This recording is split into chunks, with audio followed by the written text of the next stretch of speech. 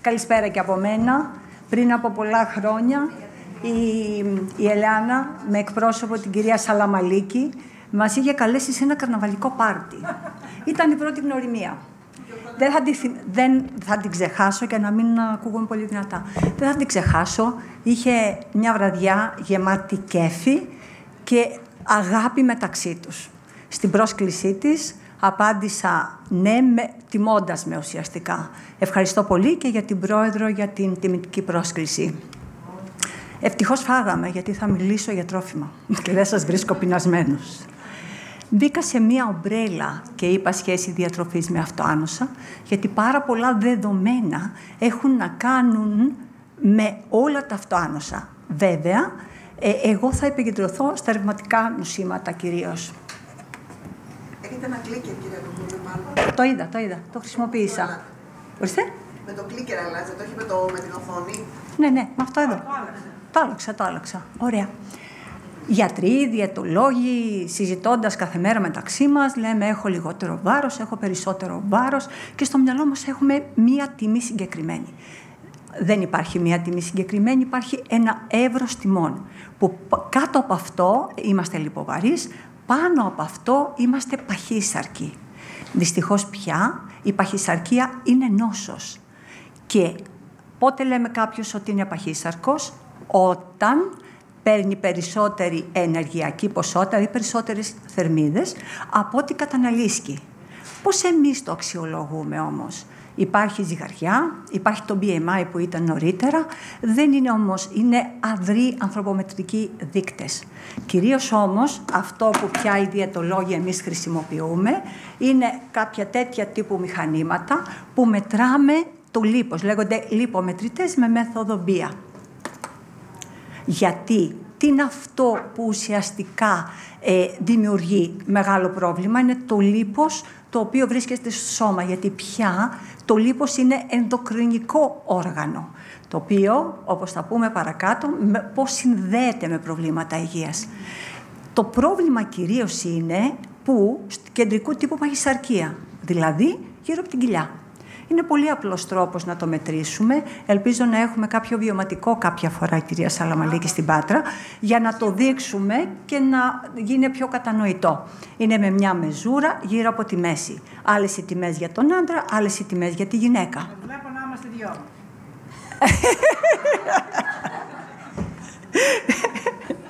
Δεν νομίζω θα έχει ενδιαφέρον, γιατί τότε θα είναι πεινασμένοι.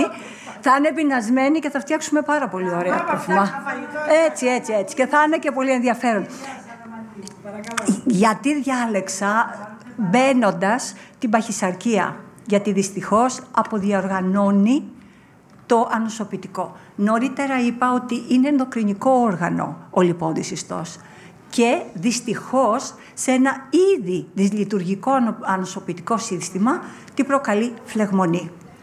Πολλά κιλά, επιβάρηση ανθρώσεων. Έχει όμως σχέση και με τη βιταμίνη D. Ποια? Η βιταμίνη D είναι λιποδιαλυτή. Επομένως, τι γίνεται? Δεσμεύεται από το λίπος του σώματος με αποτέλεσμα ούτε σωστά να απορροφάται, ούτε να δρά.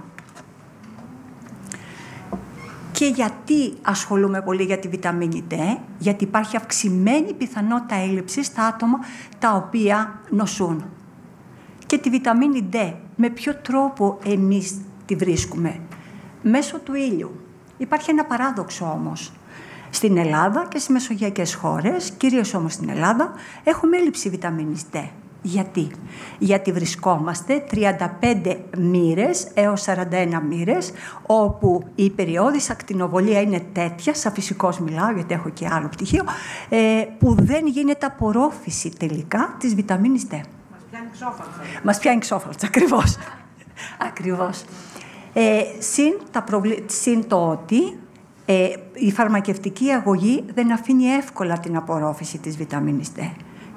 Και τρίτον, η βιταμίνη D εύκολα διασπάται. Χρόνος ημίσιας ζωής το λέμε εμείς. Τι πάει να πει αυτό? Ενώ καθόμαστε στον ήλιο το καλοκαίρι, νομίζω ότι έχουμε κάνει αποθέματα για όλη τη χρονιά. Δυστυχώς, σε 1-2 μήνες αυτό δεν υπάρχει πια.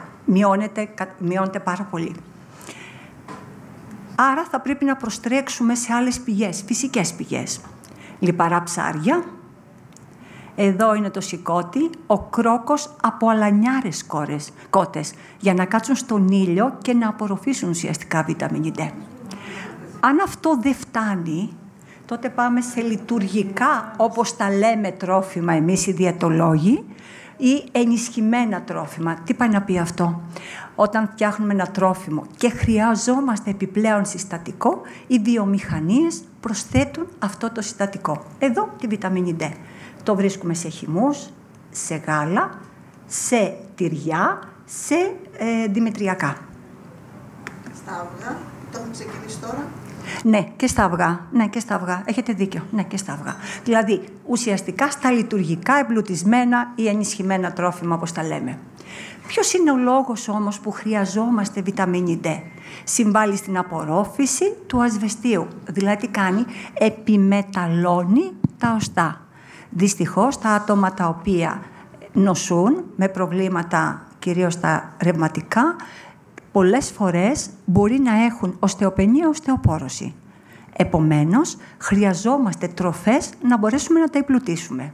Είναι γαλακτοκομικά, τα οποία περίπου ένα ποτήρι έχει γύρω στα 300 μιλιγκράμμ.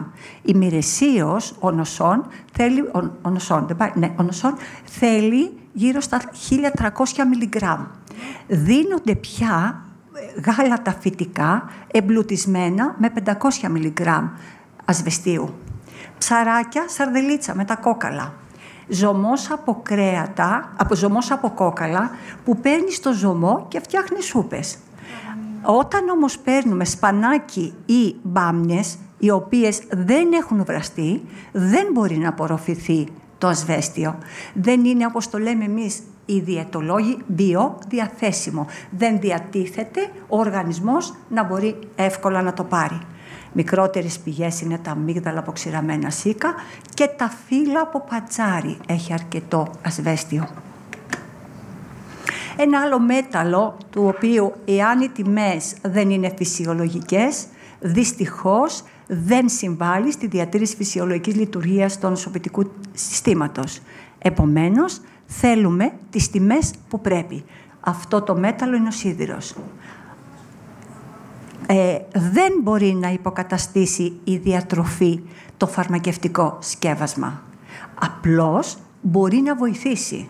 Επομένως, ο γιατρός θα δώσει το φαρμακευτικό σκεύασμα που πρέπει, αλλά δεν θα πρέπει να είναι παραπάνω από ό,τι πρέπει, γιατί δημιουργεί τοξικότητα. Από τον οργανισμό, από πού μπορούμε να το πάρουμε? Από τα ζωικά τρόφιμα, κόκκινο κρέας σηκώτη και κάτι που δεν είναι πολύ γνωστό είναι μύδια στρίθια, όπου ο οργανισμός περίπου μπορεί να πάρει το 40% από τον σίδηρο που έχει το ζωικό προϊόν. Και ο μη αιμικός, που σημαίνει ότι είναι φυτικός, μπορεί να απορροφήσει πάρα πολύ λίγο, ένα 5 με 8% το πολύ. Πώς? Αν προσθέσουμε βιταμίνη C, παραδείγματος χάρη, στα όσπρια μπορούμε να βάλουμε ντοματούλα. Τους γίγαντος, η γιαγιά μου τους έφτιαχνε με χόρτα, γιατί έχει βιταμίνη C. Ακριβώς. Σπανάκι βάζουμε λεμόνι. Κοινόα μπορεί να βάλουμε πιπεριές, που έχει πάρα πολύ σίδηρο. Τα αυτοάνοσα γενικότερα και τα ρευματικά νοσήματα ουσιαστικά υποβόσκει φλεγμονή. Άρα θα πρέπει να χρειάζονται διατροφή αντιφλεγμονώδη και αντιοξυδωτική. Ωμέγα 3 λιπαρά είναι πάρα πολλά είδη. Κυρίως όμως αυτά, γιατί περιέχουν συστατικά που δρούν ενάντια της φλεγμονής. Τι κυρίως όμως κυκλοφορεί? Το άλα, που θα πρέπει να το βλέπετε σε συμπληρώματα διατροφής. Άρα υπάρχει όμως και σε φυτικά τρόφιμα ξηρούς καρπούς, κυρίως από φουντούκι, από καρύδια, στο σπανάκι, στο λιμναρόσπορο, αλλά και σε λάδια από καρπούς, στο λινέλαιο. Και το επαντία σε ψάρια τα οποία είναι λιπαρά, σολομό, σκουμπρί, ή σε συμπληρώματα διατροφής στα ηχθιέλαια. Πάρα πολύ λόγος τελευταία γίνεται για την γενιστεΐνη, που περιέχεται στη σόγια. Βέβαια, ακόμα είναι σε περίοδο ελέγχου. Για ποιο λόγο? Είναι αντιφλεγμονώδη αντιοξυδωτική, καταπραίνει τον πόνο, ρυθμίζει τον νοσοποιητικό, προστατεύει τη δράση έναντι της θεοπόρωσης και της αρθρώσης για τα ρευματικά. Πώς μπορούμε να τη βρούμε?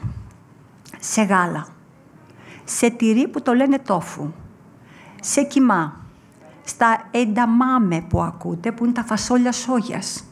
Μπορούμε να κάνουμε πάρα πολλές συνταγές. Μπορούμε να δώσουμε κιμά και να γίνει παστίτσιο. Μπορούμε να δώσουμε σούπες με το γάλα. Μπορούμε να βάλουμε σούπες και να βάλουμε τυρί. Υπάρχουν πολλές συνταγές. Άλλες πηγές αντιοξυδωτικές είναι τα μπαχαρικά, τα βότανα που βρίθουν στην Ελλάδα, είμαστε τυχεροί, και αυτό που προτείνουμε, αντί να παίρνουμε συμπληρώματα διατροφής, είναι πολύχρωμα φρούτα και λαχανικά. 4 είδη χρωμάτων σε φρούτα και λαχανικά. Αλληλοεπικαλύπτονται οι βιταμίνες και είναι ουσιαστικά το καλύτερο συμπλήρωμα διατροφής, γιατί ο οργανισμός έχει την ικανότητα να απορροφά τις βιταμίνες που πρέπει. Ενώ στο συμπλήρωμα δεν ξέρουμε, το συμπλήρωμα που κυκλοφορούν, δεν ξέρουμε με ποιο τρόπο και αν μπορεί και πόσο μπορεί να απορροφήσει τα συστατικά που θέλουμε. Το ελαιόλαδο και καλές πηγές λιπαρών, που είναι όπως είναι το αβοκάντο. Θέλω να σας επιστήσω την προσοχή, το ελαιόλαδο δεν έχει βιταμίνη D.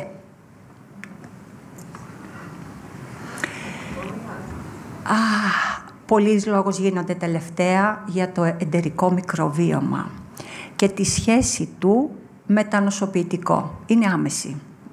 Τι είναι όμως το εντερικό μικροβίωμα? Είναι μικροοργανισμοί που κατοικούν στο ανθρώπινο γαστροεντερικό σύστημα. Από άτομο σε άτομο διαφέρει. Τι είναι αυτό? Είναι απικισμός του γαστροεντερικού συστήματος. Απ' τη μια έχουμε τα κακά βακτήρια, απ' την άλλη έχουμε τα καλά βακτήρια. Τα καλά βακτήρια συμβιώνουν, ζουν μαζί μας. Επομένως, λέγονται συμβιωτικά. Τα κακά βακτήρια δεν θέλουμε να ζουν μαζί μας, λέγονται μη συμβιωτικά, και αν αυτά υπερέχουν, τότε λέγεται δυσβίωση η κατάσταση στον οργανισμό. Και υπάρχει ένας άξονας που λέγεται gut, έντερο, brain, εγκέφαλος, gut-brain axis, άξονας. Που τι γίνεται? Εάν το εντερικό μικροβίωμα δυσβιώνει, δηλαδή είναι πολλά τα κακά βακτήρια, τότε έχουμε μια δυσθυμία, μια πολύ κακή διάθεση. Ή όταν έχουμε πολύ κακή διάθεση, εκκρίνονται τέτοιες ουσίες που τι κάνουν τότε? Δημιουργεί δυσβίωση, δηλαδή αυξάνονται τα κακά βακτήρια. Εμείς όμως τι είναι αυτό που θέλουμε? Να βοηθήσουμε διατροφικά το εντερικό μικροβίωμα. Με ποιο τρόπο? Να του προσφέρουμε μικροοργανισμούς, δηλαδή προβιωτικά, προβιωτικά. Και να δώσουμε τροφή σε αυτούς τους μικροοργανισμούς που λέγονται πρεβιωτικά. Πού τα βρίσκουμε τα προβιωτικά σε φυσικές τροφές? Γιαούρτι, κεφίρ, ξινόγαλο, μαλακά, τυριά. Η γιαγιά μου, θυμάμαι παλιά, μας έφτιαχνε πίκλες ή έφτιαχνε ζυμωμένα τρόφιμα, τα τουρσιά, που για να γίνει κάποιο τουρσί και να είναι ζυμωμένο, πρέπει να έχει υδατάνθρακα που λέγεται άμυλο. Οι ελιές, οι οποίες έχουν και αντιοξυδωτικές δράσεις και προβιωτικές δράσεις, αυτές που βάζουμε στην αλμύρα, ή με συμπληρώματα. Τα προβιωτικά, αναφέρθηκα ότι είναι το φαγητό των μικροοργανισμών, που σαν προϊόν μας δίνουν τα προβιωτικά που έχουν φάει πρεβιωτικά, μας δίνουν σερωτονίνη και με αυτόν τον τρόπο μας χαλαρώνουν. Πού τα βρίσκουμε? Σε υδατάνθρακες που δεν διασπούνται από τον οργανισμό, που μπορεί να είναι β-γλυκάνες και είναι εδώ που είναι η βρώμη, μπορεί να είναι ανθεκτικό άμυλο που έχει η άγουρη μπανάνα, μπορεί να είναι επικτίνη που έχει εδώ το μήλο, μπορεί να είναι η νουλίνη που έχει σκόρδο κρεμμύδι και ολικής άλεσης. Υπάρχουν όμως τρόφιμα που προκαλούν δυσβίωση. Είναι τρόφιμα υψηλής επεξεργασίας, τα οποία είναι λουκάνικα, πολλές φορές τα ξεχνάω και πώς τα λέγεται, δεν τα χρησιμοποιώ και ποτέ. Λουκάνικα, παστά, Υπάρχουν τρόφιμα που είναι πηγές κορεσμένων λιπαρών, δηλαδή γαλακτοκομικά που έχουν πλήρες λιπιδημικό προφίλ, δηλαδή full στα λιπαρά, όπως το λέμε. Ή όπως εδώ έχω την κρέμα γάλακτος, είτε είναι κρέατα, όπως είναι η χοιρινή, που είναι νόστιμα και τρώμε το λίπος. Ή τρόφιμα με πηγές τρανς λιπαρών. Τι σημαίνει τρανς? Λίπος, το οποίο έχει πάει στη βιομηχανία και έχει σκληρίνει, το λέω πολύ απλοποιημένα για να μας μείνει, το οποίο είναι μια σκληρή ουσιαστική, είναι η σκληρή μαργαρίνη. Ή παίρνουμε λάδια, και όχι τόσο το ελαιόλαδο, σπορέλαιο, όλα τα υπόλοιπα, σε πολύ ψηλή θερμοκρασία, τα οποία τηγανίζουμε πατάτες. Πού βρίσκονται τα τρανσλιπαρά? Στην πατάτα που είπα, που πρέπει να έχουμε πάρα πολύ λίγα, να περνάει τις 100 ουσιαστικά, μπορεί να πάρει ένας άντρας που θέλει 2.000 θερμίδες να καταναλώσει. Ή βρίσκονται στα κρουασάν, στα μπισκότα, στα κέικς. Αλκοόλ. Εδώ προτείνεται η μειωμένη κατανάλωση αλκοόλ, περίπου 2 με 3 μερίδες την εβδομάδα. Δηλαδή 2-3 κρασάκια. Όχι τη μέρα, μία άστη χαρά αυτή, είναι 2-3 φορές την εβδομάδα. Για τον καφέ είναι όπως και στο γενικό πληθυσμό, 400 μιλιγκράμμ την ημέρα. Και καφέινη βρίσκεται και κακάο, μαύρο τσάι. Για να καταλάβουμε λίγο τη δοσολογία, ένας φρέντο, πώς το είναι το μικρό, ένας εσπρέσο, ο μικρός έχει 75, φαίνεται ότι δεν πίνω καθόλου καφέ, ελάχιστες φορές, ενώ ο διπλός έχει 150 μιλιγκράμμ. Ο ελληνικός έχει, όχι τούρλα το κουταλάκι, έχει 75, τούρλα 150. Η μεγαλύτερη όμως δόση σε μιλιγκράμμ καφεΐνης επηρεάζει το νευρικό σύστημα. Επομένως, υγεία, ουσιαστικά είναι υγιές βάρος και αυξημένη βιταμίνη D, ασβέστιο, σίδηρο. Ωμέγα-3 λιπαρά, εν κατακλείδη λέω, ωμέγα-3 λιπαρά, αντιοξυδωτικά, λαδάκι, βότανα, μπαχαρικά, φρούτα ολικής άλεσης, με στόχο και σκοπό να έχουμε ένα υγιές μικροβίωμα. Εμείς οι διαιτολόγοι βάζουμε πια μοντέλα διατροφής. Είμαστε τυχεροί. Έχουμε το μοντέλο της μεσογειακής δίαιτας, η οποία ουσιαστικά τι είναι αυτό που μας παραγγέλνει? Αυξημένη φυσική δραστηριότητα, να είμαστε όλοι μαζί αγαπημένοι σε ένα τραπέζι και πολύ καλά ενυδατωμένοι. Σας ευχαριστώ πάρα πολύ για την προσοχή σας.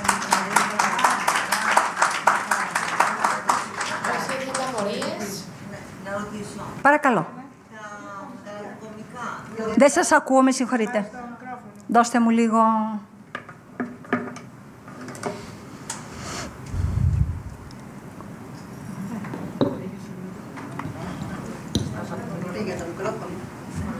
Στο δρόμο είναι, πάει. Έρχεται.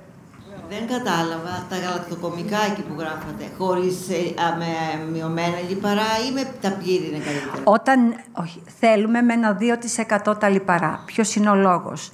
Εάν είναι πολύ ψηλά τα λιπαρά, δηλαδή 8-10%, τότε έχουν κορεσμένα λιπαρά. Εάν είναι 0, δεν έχουν βιταμίνη D, που είναι λιποδιαλυτή. Επομένως, διαλέγουμε 1,5 με 2% λιπαρά.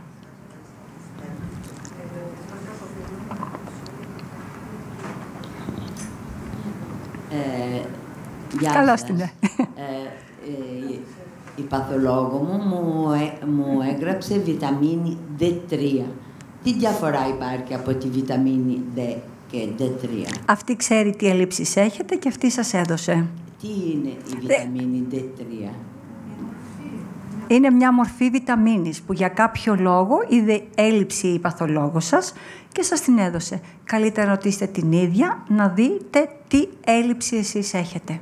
Μορφή βιταμίνης. Μια απορία που έχω εδώ και πολύ καιρό. Αν μπορώ, ευχαρίστως. Είναι όταν λένε για τη μεζούρα στην κοιλιά, στην περιφέρεια. Λέω ένα πράγμα. Πώς μπορεί μια γυναίκα που είναι 1,50 να έχει την ίδια circonferenza. Δηλαδή? Με μια γυναίκα που είναι πιο ψηλή, πιο εύσωμη.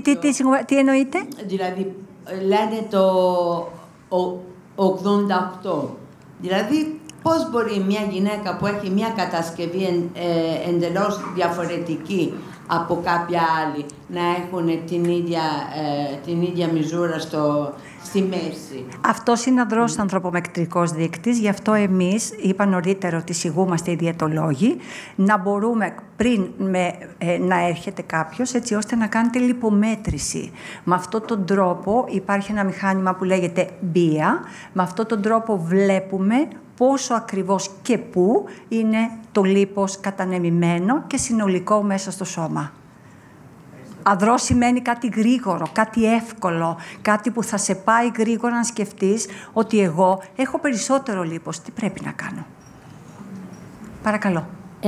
Πολύ ενδιαφέρον. Ευχαριστώ. Πολλά τα έχω διαβάσει και μόνη μου. Απλά το πρώτο είναι ότι κάποιοι γιατροί, ρευματολόγοι δεν πιστεύουν ότι η διατροφή θα κάνει τη διαφορά. Είναι πάρα πολύ κλεισμένοι στα φάρμακά τους και καλά κάνουν, κοιτάνε το δικό τους αντικείμενο. Οπότε όταν εγώ ρώτησα τον δικό μου τι να προσέξω στη διατροφή, μου λέει δεν θα κάνει διαφορά, και διαφωνώ μαζί του έχοντας εφαρμόσει διάφορα. Αν έχετε κάποια γνώμη ή κάποια άποψη, αν υπάρχει ή μελλοντικά πρόκειται να υπάρξει σύνδεση του διατροφολογικού προφίλ με το ρευματικό, και δεύτερον είναι... Ένα. Είμαστε στην ολιστική αντιμετώπιση επιστήμονες υγείας. Σιγά σιγά και οι γιατροί, μπαίνοντας και εμείς οι διαιτολόγοι σε ιατρικά συνέδρια, είμαι η πρώτη που μπήκα, συνειδητοποιούν την ωφέλεια του διαιτολόγου δίπλα τους. Θέλει εκπαίδευση. Άρα αλλάζει. Θέλει εκπαίδευση. Ήδη μιλάμε, ήδη γίνονται συνέδρια, ήδη πηγαίνουν πολλοί συνάδελφοι, πάρα πολλοί συνάδελφοι και είναι ομιλητές σε ιατρικά συνέδρια. Για να τους καλούν σημαίνει ότι σέβονται τον επιστήμονα υγείας που λέγεται διαιτολόγοι, γιατί μας είχαν συνηθίσει παλιά, όπου ήταν διαφορετικού τύπου εκπαίδευσης, οικιακής οικονομίας. Είναι πάρα πολύ ψηλές οι βάσεις για να μπεις, που σημαίνει και εκπαίδευση είναι εξαριστική. Εγώ τελείωσα πριν 10 χρόνια το δεύτερο πτυχίο και εξεπλάγην όταν είδα την εκπληκτική εκπαίδευσή μας.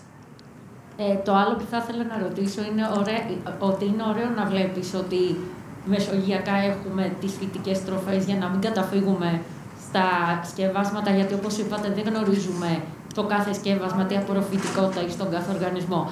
Απ' την άλλη όμως συχνά ακούμε για παράδειγμα ότι τα ψάρια όπως ο σολομός και το σκουμπρί έχουν βαρέα μέταλλα, υπάρχουν άλλα που συνδέονται με το περιβάλλον, οπότε εκεί ίσως σε κάνει λίγο διστακτικό να πας προς τις φυτικές εναλλακτικές για να πάρεις τη βιταμίνη D, οπότε καταφεύγεις στο σκεύασμα. Τελικά η αλήθεια που είναι να υπάρχει ένα συνδυαστικό του σκευάσματος και για παραδείγματος χάρη των ψαριών, παρά το γεγονός ότι υπάρχουν αυτές οι ενδείξεις ότι υπάρχουν βαρέα μέταλλα. Και ανάλογα και με τα φυτοφάρμακα στις φυτικές τροφές. Ξέρω ότι δεν γίνεται, αλλά... Δυστυχώς έχει αλλάξει πάρα πολύ η διατροφή μας. Δυστυχώς. Είναι το πρώτο βήμα που κάνουμε, έτσι ώστε να μπορέσουμε με τη διατροφή να βοηθήσουμε. Όταν δεν επαρκεί, τότε θα προσφύγουμε σε συμπληρώματα βιταμίνης D. Ο παχύσταρκος, να ξέρετε, ότι θέλει 2,5 φορές περισσότερη βιταμίνη D από ότι ένας νορμοβαρής.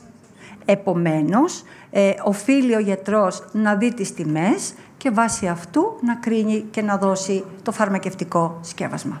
Γιατί είναι φαρμακευτικό πια σκεύασμα. Όσον αφορά... Θέλετε να κλείσω? Ναι. Ωραία. Όσον αφορά τα βαρέα μέταλλα, έχετε δίκιο, αλλά υπάρχει σαρδέλα που δεν έχει τόσο βαρέα μέταλλα, είναι οικονομική, είναι εύγευστη και μπορούμε να την έχουμε.